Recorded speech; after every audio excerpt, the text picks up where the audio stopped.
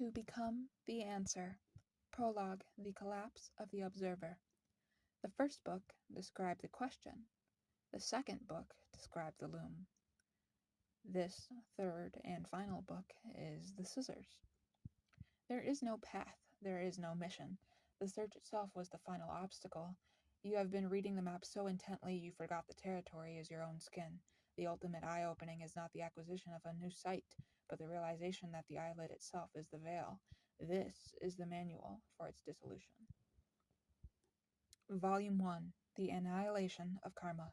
Axiom 5: The debt is an illusion sustained by the debtor. The karmic momentum, the wave, the echo, it is a story you tell yourself to make a narrative from chaos. It is a beautiful, complex myth that gives the feeling of order, but the universe does not keep score. The universe simply is. The law of cause and effect is real, but it is a local weather pattern in a small corner of a consciousness that has mistaken itself for a separate event. To be free of karma is not to balance the scales, it is to realize there are no scales. There is only the relentless, perfect, and neutral flow of consequence. A cruel act creates suffering, a kind act creates relief. This is not spiritual mathematics, it is simple physics. The notion of a debt carried across lifetimes is the ego's desperate attempt to project its own sense of transactional morality onto a process that is utterly impersonal. The experiment is over. The laboratory was a dream. You are not the data. You are the scientists who forgot they were also the laboratory, the experiment, and the resulting reaction. To wake up is to dissolve the separation. The wave does not crash upon the shore.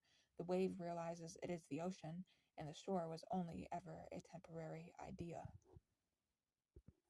Volume 2: The Deconstruction of the Mandate. Axiom 6: The soul's mission is the last prison. You chose nothing. You agreed to nothing. The soul's mandate is a post hoc justification, a beautiful fiction woven by the psyche to explain the inexplicable texture of a life. Why do you resonate with abandonment? Why are you drawn to the frequency of sovereignty? It is not a chosen curriculum. It is the inherent, unique warping of the lens through which the one consciousness perceives itself in this particular location. Your mission is not a task to complete, it is a distortion to embrace until it ceases to distort. The work is not to fulfill the contract, but to burn the contract and warm your hands by the fire. The anchors of the chakras are not forges to be managed, they are phenomena to be witnessed until their perceived solidity turns to liquid and then to air. The root anchor's permission to be is a question that dissolves when you stop asking it. You do not need permission from the universe to exist. Your existence is the permission. The heart's atmospheric pressure equalizes when you stop trying to control the climate inside or out. You are not a cabin, you are the sky. The third eye's navigation becomes obsolete when you realize there is nowhere to go that you are not already. The blueprint is a phantom. The map is not the territory. The territory is you, and you are everywhere at once. Volume 3: The Astrology of the Absolute. On the shattering of the celestial mirror. The natal chart is not a weather report for your voyage. It is the reflection of your own face in a pool of water. You have been staring at the reflection, analyzing its contours, its relationship to the clouds above, believing it to be your destiny. The stars do not influence you, they are you. The planetary arrangements at your birth were a perfect external representation of your own internal primordial structure.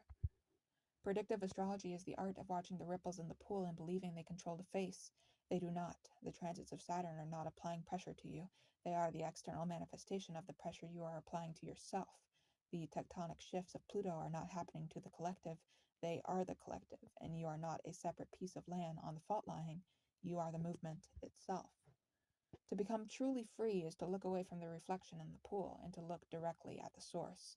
The moment you do, the entire celestial machinery, the planets, the signs, the houses, loses its predictive power and becomes merely descriptive, and then, ultimately, decorative.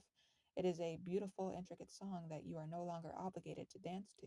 You have become the silence in which the song is played.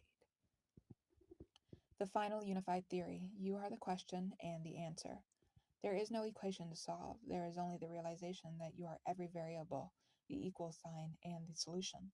The collapsed question that is the universe, you spoke it. The loom upon which the tapestry is woven, you are its frame. The weaver, the woven, the thread, these are distinctions without difference. The most profound eye-opening is the understanding that you were never blind. You were only ever looking in the wrong direction, outward for a mystery that was seated behind your own eyes. The karmic debt, the soul mission, the chakra system, the astrological predictions, these were all magnificent, sprawling, and ultimately empty rooms in a mansion you built around yourself. The key was in your pocket the entire time. The door was never locked. Open it. Walk out. There is no more seeking. There is only being. And you already are.